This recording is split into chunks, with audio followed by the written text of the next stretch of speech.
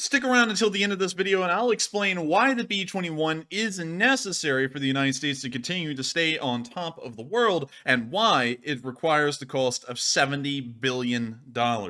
To start off, many of y'all have seen just a few days ago that the B-21 Raider made its first public debut, of course, as the Air Force website is saying right here, and its intent is to replace a large portion of our aging bomber fleet that the United States Air Force has been using to help the United States to be able to conduct bombing operations that otherwise wouldn't be possible right now. Of course, many of y'all have been seeing currently during the Ukraine war that surface-to-air missile defense systems like the older S-300 and the slightly newer S-400s are able to largely make any kind of air power or the exertion of air power moot due to the amount of aircraft being shot down over the period of time that they're being used and for the amount of sorties that are being flown. Because of this, and of course because the United States Air Force has been watching their bomber fleets become more and more obsolete as surface-to-air missile defense systems have become more and more advanced in having longer ranges, it has become necessary that not only do we have B-2 Spirits to conduct stealth bombing operations, but the entire bomber fleet needs to be done over again, brand new, with the B-21 Raider being its backbone. Of course, if we look through the Air Force's website at what they've been saying about the B-21, it says those exact same things. The B-21 is primarily designed to replace the B-1 Lancer, as we can see in this picture right here, which has been in service with the United States since the early 80s. And also to replace the B-2 Spirit, which is incredibly odd considering that the B-2 Spirit and the B-21 Raider share a lot in common in terms of their overall, I guess you could say, appearance, their design, and their purpose. But even then, while the B-2 Spirit looks as modern exteriorly as the B-21 Raider, it is not at all. In fact, the equipment inside of the B-2 Spirit, although we don't get official information on this, is apparently dated. And due to the B-21's new design and also it being able to use cloud technology and other kinds of modern computer technology that you and me use at home, it is able to be upgraded on the fly instead of being a rigid system like the B-2 Spirit or any other kind of aircraft where they have to be upgraded in blocks, which is what the Air Force has been doing previously with pretty much all aircraft models like the F-16s, like the Block 50 and the Block 51. No longer will that be needed with something like the B-21 Raider, because the B-21 Raider can be simply upgraded by just downloading the new upgrade system, which kind of sounds bizarre, but that's how it's actually working according to Northrop Grumman. Of course, reading through the rest of the Air Force website, you can see that they're just talking, like the Secretary of Defense is talking about how this will help America to keep the world free and protect the world's rights. Really getting past all the frilly talk, this is about ensuring that the United States can stomp someone if we go into a war, and that's really the end of the day result right there. So we're going to be skipping past the Air Force's website. However, we won't be skipping past one thing, which is incredibly important. A B-2 Spirit cost around $550 million to build back when they were being introduced into service. Currently, a B-21 Raider costs around $692 million, meaning that to buy a fleet of 100 of these, which is the proposed order currently, as we can also see right there, it will cost around $69.2 billion to create a brand new fleet of B-21 Raiders, and some people are saying that the Air Force and the Department of Defense should actually shoot for having 200 of these produced, which would of course double that up to around $140 billion, or about a fifth of the annual U.S. military budget in the 2021 fiscal year. So not actually, it seems incredibly expensive, but it's not that expensive considering that this will be spent over the course of several years, leading up to 2032, when the B-21 Raider should have replaced the B-1s completely and largely the B-2s, and maybe even will be well on its way to replacing other aircraft like the B-52 bomber, which has been around forever. Also, if we go to Northrop Grumman's website, we can see that a whole bunch of questions have been asked about the B-21. Of course, a lot of them are service level, because once again, you have to remember that the B-21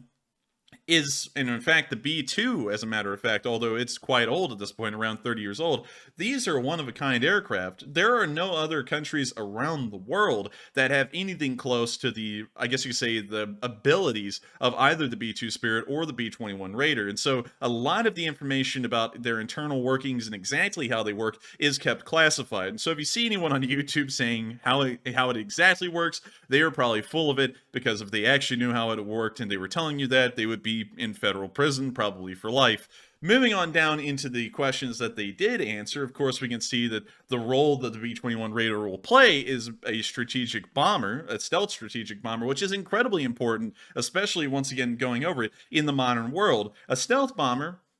actually utilizes I guess you could say, the strategies that bombers used to work off of decades ago, like in the Second World War. During the Second World War, although radar was in its infancy, by and large, it was a little bit difficult, especially at the beginning, to figure out where a bomber force was, and you had to keep air patrols up and find visual contact of these bombers to be able to hone in on them and try and take them down. With the B-21 Raider and the B-2 Spirit being stealth, that kind of premise is brought about again. A surface-to-air missile defense battery cannot lock onto a B-21 Raider with its radar. Sorry, I just messed all that up. Like a B-52 or a Tu-95 Bear, because they can't find them on radar. The only way you can find the B-21 or the B-2 Spirit is by its heat signature, which is incredibly low. The airframes of these aircraft are designed to mitigate the heat signature, so it's very hard to lock onto them with even infrared missiles, and it's also impossible to lock onto them with radar, because the radar cross-section, meaning the size that these aircraft show up as on radar, is about the size of a small pigeon. And so it's impossible to actually target these things and shoot them down, and it's the only way that strategic bombers can continue to exist in this world. Otherwise, they're completely obsolete unless the weapon systems they carry have such a long range that they don't even get close to what they're trying to hit. And moving on from that little part of the B-21, we can also see that Northrop Grumman is explaining why America needs a new stealth bomber, which is kind of funny considering that they're the ones building it, and I'm sure they can make a great sales pitch as to why we need it. But we can see, of course, they're talking about only 10% of the nation's bomber force, and that 10% is only the B-2 Spirits. Everything else is practically obsolete, and for that reason, we have to ensure that these bombers are eventually replaced and brought out of service, so that way, if we have aircraft in our arsenal, they are actually usable and up to speed. Now, once again, going back over how many B-21s will be made at the moment, they say that 100 of them will be produced. However, I have a feeling that this number, once the years pass by, will be a lot lower. Some of y'all may remember the USS Sumwalt, which was a stealth destroyer, and I'll show y'all this real quick because this is a very important point to bring up. The USS Sumwalt was supposed to start replacing all of the Arleigh Burke class destroyers in the US Navy, and it ended up becoming so expensive to produce and also to develop that only one of these have been completed and only 3 of them are to be ordered. Out of the original, I believe it was like several hundred Sumwalts that were supposed to be in service, and even then it's still missing some of its modern technologies that it was promised to have in the beginning, like its railguns, which are supposed to be mounted into these 2 front turrets, which it still does not have, and it's still using conventional guns. So you can see right there that a lot of the promises of the Sumwalt came up short, because really, cost comes in the way. You know, even though I said it's only $69 billion and will probably be spent over the course of several years, meaning that only about probably $10 to $15 billion will be spent per fiscal year on procuring brand new B-21s. At the same time, the developmental costs of the B-21, on top of the, I guess you could say, continuous cost of trying to procure these, may lead the orders to be actually reduced in size instead of being increased.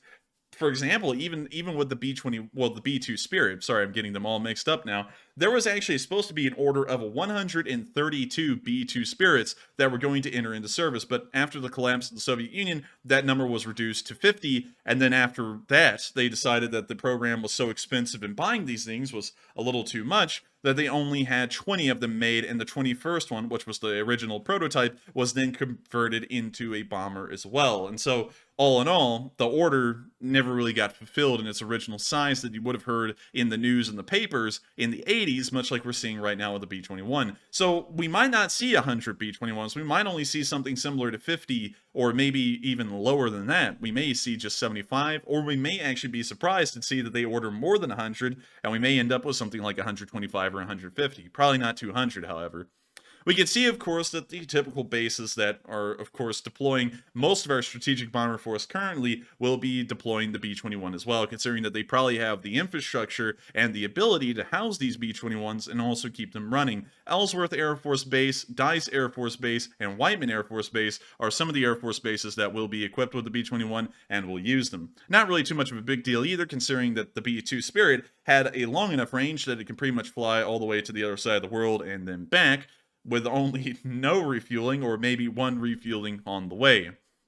Of course, it will create jobs. That's just pretty much an obvious statement. It will create more jobs. People will be hired to work on this project, probably paid out the kazoo. And on top of that, they'll also be threatened with going to prison if they say anything about what they're working on or what it looks like. And we can see, of course, that they're talking about the first B-21 Raiders should be expected in the mid-2020s, so we may even be seeing them introduced in the service in the next 3 years. However, it seems to be intended that the last B-2 Spirits will be going out of service, and the B-1 Lancers as well, around the year 2032. So going off of that, it looks like the Air Force is expecting to spend I guess you could say the allotment for 100 aircraft over the course of around 5 to 7 years, which once again gives us the idea that it'll be anywhere in between $10 to $15 billion spent on these aircraft per year procuring them. And so all in all, it's an incredibly interesting aircraft. Of course, we don't know a lot about the B-21 Raider, and if anyone knew about the B-21 Raider and had the answers to everything,